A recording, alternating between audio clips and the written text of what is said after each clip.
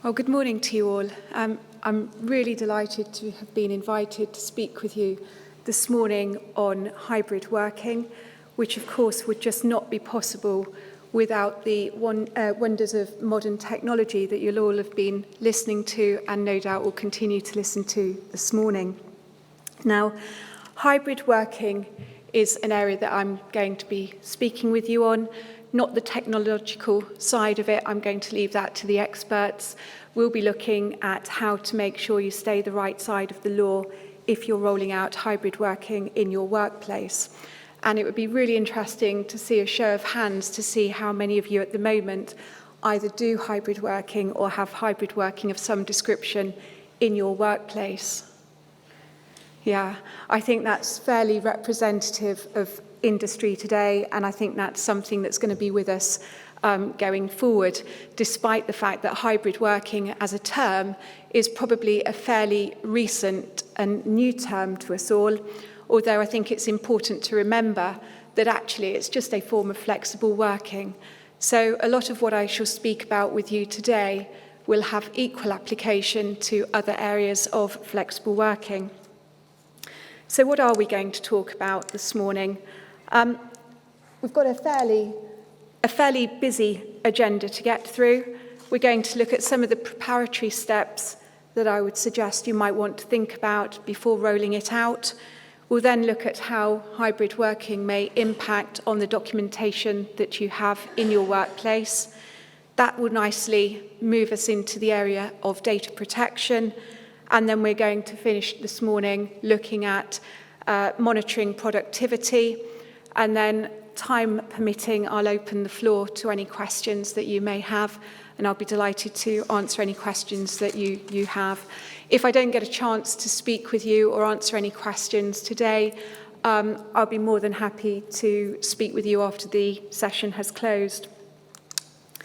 So, preparatory steps. Well, with hybrid working really touching on every aspect of the employment relationship, it touches on recruitment through to onboarding, through to the relationship itself, and then, of course, finishing with the exit. It's really important for organisations to set aside some time to plan, to make sure they know what hybrid working is going to look like for them. I appreciate that an awful lot of organisations already have hybrid working in place, but with it being such a new area of law, or a new area, for us to deal with, it makes sense to keep that under constant review. So even if you have already implemented hybrid working, just keep an eye on it, just make sure it's still meeting the optimum needs for your business. So what are your optimum needs? Well, in order to work those out, you've really got a whole stack of questions that you should be asking yourselves. Things like, how's it going to work for your organisation? How's it going to work for your teams? Are your teams going to be treated differently?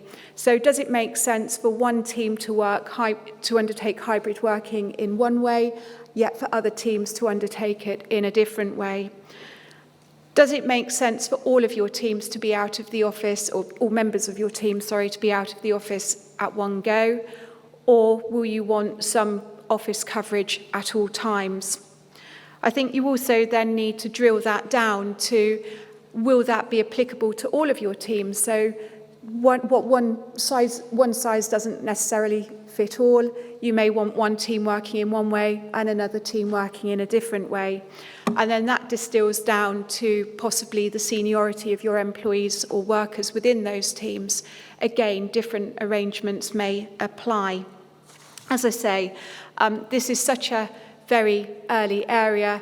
Even if you have started down this road and you think, oh crikey, we didn't even give any thought to this, please still just keep these plans under constant review in any event. The next thing really to start thinking about is, how are those hours going to be worked?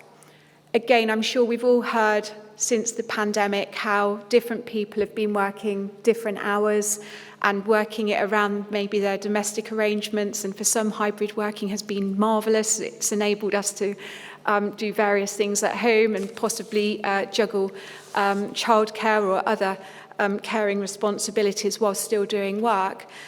But it's important for the organisation to think, well, does that actually work for us? Do we need all of our individuals to be working at the same time, or can we have people working at varying times? And that in turn may introduce the concept of having core hours, where you've got certain hours that everyone needs to be logged on at the same time. You've also got to ensure that your managers know how to manage all of this. So how are managers, for example, going to deal with questions such as, hey, you know I'm remote working on my Monday, Tuesday and Wednesdays now. Do you mind if I actually decamp down to the South Coast or further abroad? How are you going to deal with those questions? Because are you going to have a scenario where actually, although individuals are possibly working from other locations Monday to Wednesday, there may be occasions when actually your business needs as such, you want them in the office on those rare occasions. Can you actually bring them in? Again, that should factor into your planning. And I think it's also important to consider what happens if one of your employees or workers says, do you know what? Although hybrid working may be wonderful for everyone else, I just can't do it. It really impacts on my feeling of isolation. It's really impacting on my stress levels. I can't shut off. I feel that there's no disconnect between my work and my home life balance. So again, consider that. How are your office spaces set up? Can you still accommodate maybe some staff who may want to be 100% in the office? And again, I think this all needs to be factored in. So once you've decided on those initial kind of questions, the next thing really is making sure that you've got the right equipment in place. And a lot of the equipment is possibly going to determine the answer to some of those earlier questions. Very often with hybrid working, you're going to find your organisation needs to double up on a lot of equipment. That's not just your digital equipment, but also your office furniture. I think that also raises the question of how do we provide the correct levels of remote support. So where you've got somebody working remotely, if they have an IT issue, and I'm sure everyone here probably will not, but for maybe the wider audience, where are they going to get the support from to sort that issue out? Will that be internal or will that be external? And again, that's going to have cost implications for the organisation. And I think, still on the subject of equipment, a lot of organisations are guilty of possibly overlooking the question of office furniture. Now, I'm sure all of us have probably at one time or another worked from the kitchen table on a non-ergonomically designed chair, and maybe that's okay for short periods of time, but if you've got a situation which is going to be for longer term, again, that's something you're going to need to factor in. So that really raises the conundrum of who provides what and what cost. Now and who bears the cost, sorry. Now that is dealt with by some by actually putting in place some form of allowance. And that allowance may not just be for the equipment, but it may also cover other expenses that the employee or the worker may have due to remote working, such as insurance and also electricity and heating. And I'm sure all of us are really alive to that at the moment with the current cost of living crisis that we're all having this pleasure of dealing with. So again, in terms of when it comes to insurance, the thing to note is check your organisation's insurance first to see whether or not it actually covers equipment which is not on site. If it doesn't, how are you going to deal with that? Are you going to ask the employees and the workers to check their household insurances to make sure that's covered? If it isn't, again, have some form of plan for how you're going to address it. As I say, there's also a big issue as far as inclusion and well-being is concerned, and certainly the out of mind or out of sight, out of mind risks are massively increased. This also, in turn, can increase the gender split issues that I know so many organisations have spent the last few years trying to address. The last thing they're going to want is all that good work undone by hybrid working. And organisations certainly must do enough to manage their staff's well-being, and that pulls back to the comment I made earlier about the ability to disconnect between work and home life. Managers will play an important part in all of this, and it certainly does not require an entirely new skill set for managers, but it does mean that they will need to adapt their current skill sets to deal with the new challenges. So making sure that hybrid working doesn't impact on any promotion or pay rise decisions, for example, and also making sure that the training is still of the same level it always needs to be, because of course training by osmosis, which we're all so familiar with when working in the office, is going to be dramatically reduced. So something really needs to be thought about to plug that particular gap. So still on the subject of preparatory steps, well, I can't possibly leave without talking about health and safety. Employers owe obligations of health and safety to their employees and the workers. If you're going to extend their working place to their home, then likewise your obligations, your health and safety obligations, are going to extend there too. There's some really useful guidance available, free guidance I should add, available from the Health and Safety Executive website, which takes you through how you might be able to assess your workplace, and also asking employees and workers to self-assess their homes if that's where they're remote working. Please remember that, as with so much of this, those assessments are not a one-time only assessment. They should be kept continually under review. And I think it's also important to remember that it's not just a paper exercise. So when you ask your team members to complete that self-assessment, don't pat yourself on the back when you file it away and think, job done for another 12 months or so. Remember to take note of what's actually in that assessment. Make sure there are no red flags. For example, if you've got someone who's saying, do you know what, I'm constantly sitting at the table, kitchen table in really cramped conditions, constantly tripping over the leads that go toward my digital technology and so on and so forth. All of this could potentially have that nasty word claim attaching. It could certainly come back to bite. So check those assessments and make sure that if there is anything that you need to be doing to address those risks, you do them, please. In terms of disability, well, of course, the Equality Act makes or imposes the requirement for organisations to carry out reasonable adjustments to workplaces. And again, if the workplace has extended to an individual's home, then that's going to raise the question of, do we need to therefore pay for various adjustments to be made to that employee's home? So again, that's going to involve considerations and certainly should not be overlooked.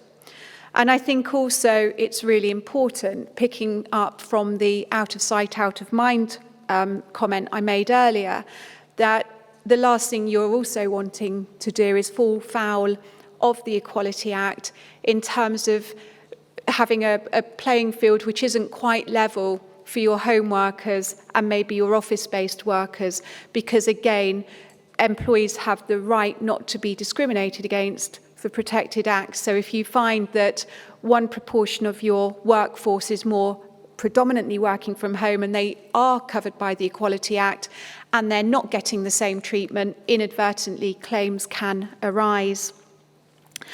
And just before I leave this slide, I think it's just worth noting that working time regs also have an application here. When you've got someone who is remote working, it's far harder to keep an eye on when they are working and when they're not.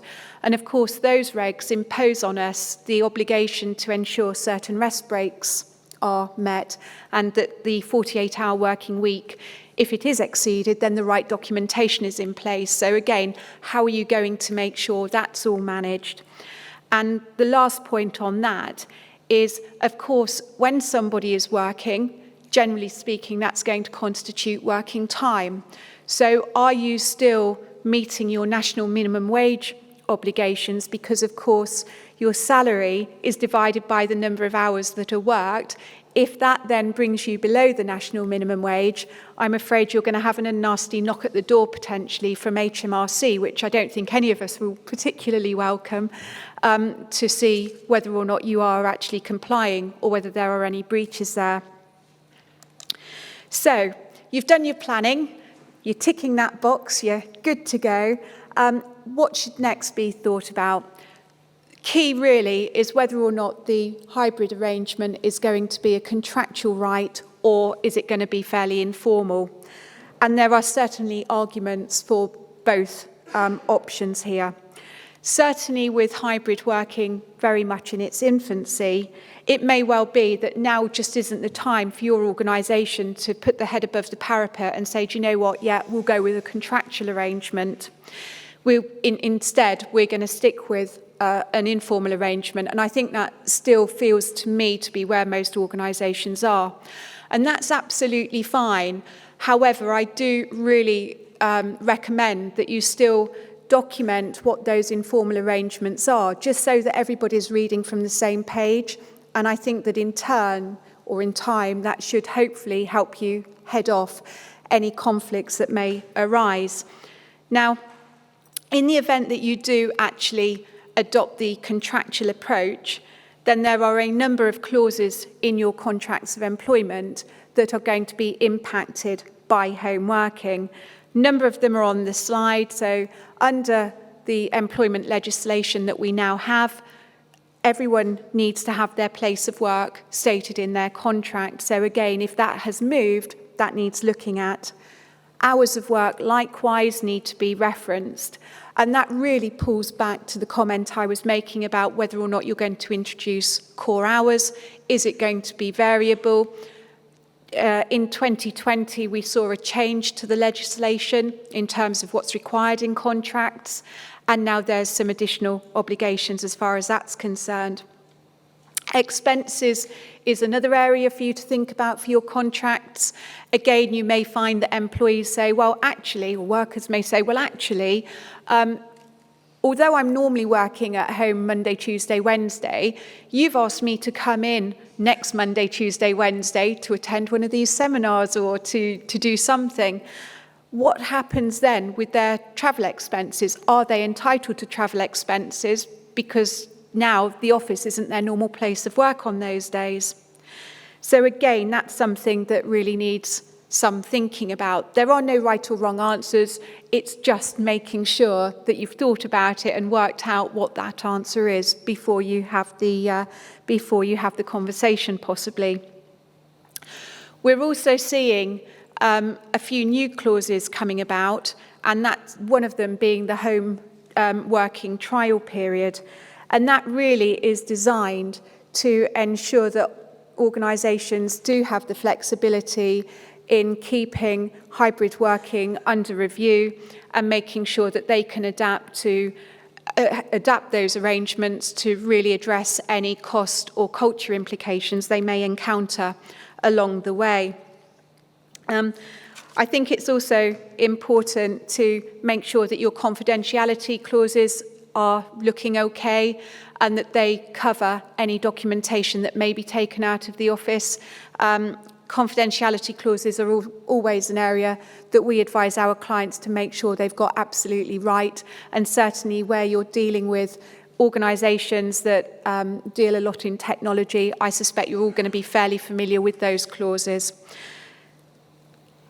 I'd also like to mention another couple of clauses which aren't on the slide, and we're starting to see the right to enter clauses being introduced into contracts. I'm not sure where I stand on that at the moment, but they're designed to give companies the right to enter an employee's home in certain instances during their employment or during the employment relationship for certain reasons, obviously, so such as installing equipment or maybe carrying out those health and safety assessments that I mentioned.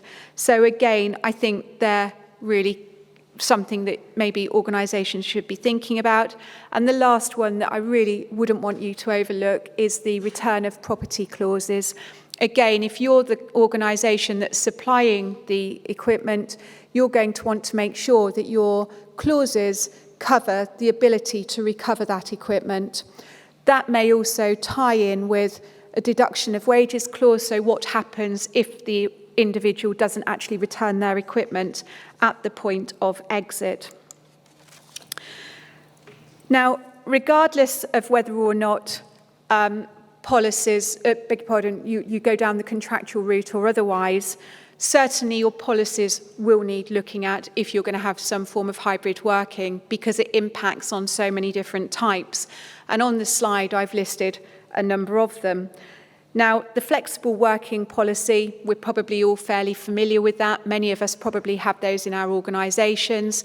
They tend to cover things like how you make the application, what the application process is, if the application isn't successful, what is the appeal process, and so on and so forth.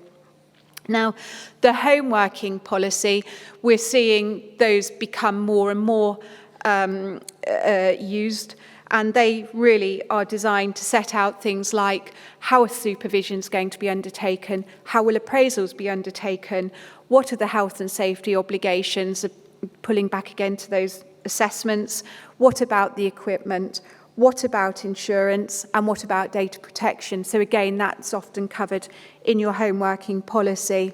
And we've also now got these lovely hybrid policies, which really are a bit of a combination of the flexible working and the home working policy. So some organisations have them, not everyone does, but they're certainly growing in popularity. And it's really important that whichever policies you have, you make sure that your managers are aware of them, because at the end of the day, they're going to be the first port of call for enforcing them or responding to any queries that your team or their team members may have about them. Data protection, I'm going to come on to in a moment. Health and safety, I think I've probably already spoken about quite a lot, but please make sure that they do extend to your remote working places. IT, communications and monitoring, again, that really needs to reflect what your organisation is doing as far as that is concerned, if anything. Data protection then. Now, as you'll appreciate, when it comes to remote working, there's always going to be a heightened issue as far as data protection is concerned. It's really important that employees and workers know what their obligations are here, because the ICO, who is responsible for policing and enforcing data protection laws, don't just have to prosecute an organisation. They can actually prosecute individuals, so individual employees, workers in their own right, for any data breaches. And we are seeing an increase in those prosecutions. And the fines can be eye-watering. Not always, but they can be eye-watering. And at the moment, I'm not sure anyone would necessarily want to fine, however small or large it is. So again, it's really important that you're aware of the arrangements your employees have. We've all heard of people working at the same kitchen table as maybe their children when they're homeschooling during the pandemic.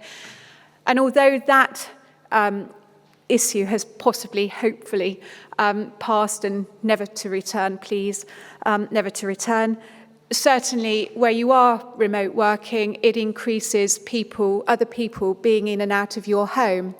That then increases the risk of other people actually overhearing maybe your telephone conversations or also your discussions during meetings if you're conducting your meetings by Teams. You've also got to think about if an employee or a worker is taking paperwork home with them to do the remote working, what happens to that paperwork? How is it stored when they're not using it? And also, when they're finished using it, what happens to it? Are they going to pop it out in recycling or at the bin? Or is there going to be an obligation on them to bring it back to the office to ensure that it's confidentially disposed of?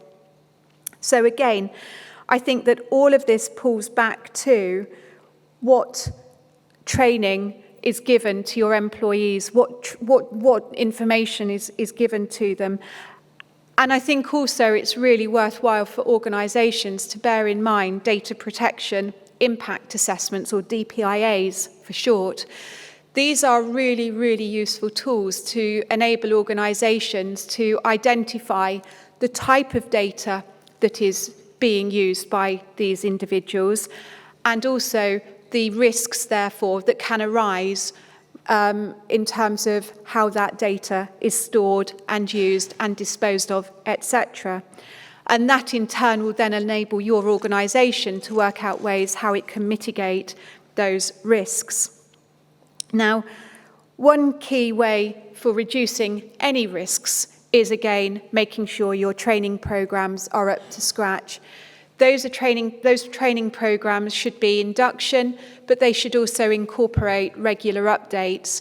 And they don't have to be really hands-on, full-on, boring sessions. There's many different ways that you can roll out that training. We regularly work with clients to produce FAQs for them, or some easier styles of training.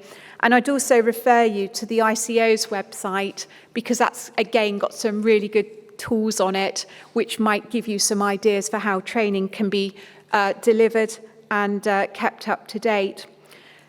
Now, before I leave the world of data protection, a couple of last words. Again, make sure your data protection policies reflect what you're doing and the obligations that you expect your individuals to comply with. Also, make sure that your HR privacy notices and your third-party privacy notices are up to date and cover what they need to be covering. Also, make sure that your systems are set up so that anything that is on those systems is securely stored, and there'll be many people speaking after me today that will tell you more about that than I ever could. And also making sure that people know they shouldn't be using necessary WhatsApp groups to talk about confidential information. I'm sure we're all fairly familiar with teams having their own WhatsApp groups now where they're communicating when hybrid working because they're not necessarily in the office. So again, just keep an eye on that, please. So the last area I'm going to cover this morning is productivity monitoring. Again, this is something that I'm sure many of you will realise has gone absolutely crazy. There's been a number of surveys that I'm aware of where they are talking about huge increases in data, monitoring of individuals who are remote working. Certainly, those in the age bracket 18 to 34, surveys are suggesting that monitoring has increased by 50%, which is absolutely huge. That monitoring may be by cameras on laptops, maybe keystroke monitoring. There's various bits of technology out there. I think Bossware was one that was mentioned to me or I heard about recently. So there's lots of different ways of actually monitoring. But the question is, should organisations be monitoring? Ultimately, any form of monitoring really needs to be carefully thought about, because if it is not carefully thought about, there are potential human rights claims out there, and there are also potential claims by employees or workers that the organisation is in fact breaching that individual's data right. So it's coming round full circle almost. So again, it's really important to be aware of what you're doing. In addition to those forms of claims, we're seeing some employees who are resigning on the back of it, and not just bringing those standalone claims, but whacking on a constructive dismissal claim. So it's all getting a little bit expensive, potentially, to deal with. And even if you put those legal risks aside, I think it's really important to think about why you're looking at hybrid working in the first place. Given the current skills gaps that are constantly being talked about in the press, and it was again yesterday mentioned that unemployment is at its lowest rate and vacancies are at their highest, I believe, that often hybrid working is used as a retention strategy or a strategy to encourage candidates to apply for your jobs. So again, given that covert monitoring and monitoring of any type is well proven to be a demotivator and a trust destroyer, why would you necessarily want to monitor in any event? Now, please don't take this as me saying it's absolutely fine, therefore, for productivity to drop. It's fine, we can do remote working, and if productivity drops, well, so be it. That's just one of those things. I'm not saying that at all. It comes back to making sure that your managers have instilled in their teams what outputs should look like. We don't have office presence anymore, so you can't see whether somebody is actively engaged in working. So it's just a case of moving your expectations or and communicating those expectations as to what their output should now look like. And I think that if you identified that those outputs are not where they need to be, then it's at that point you need to be applying your performance management process and try and address it.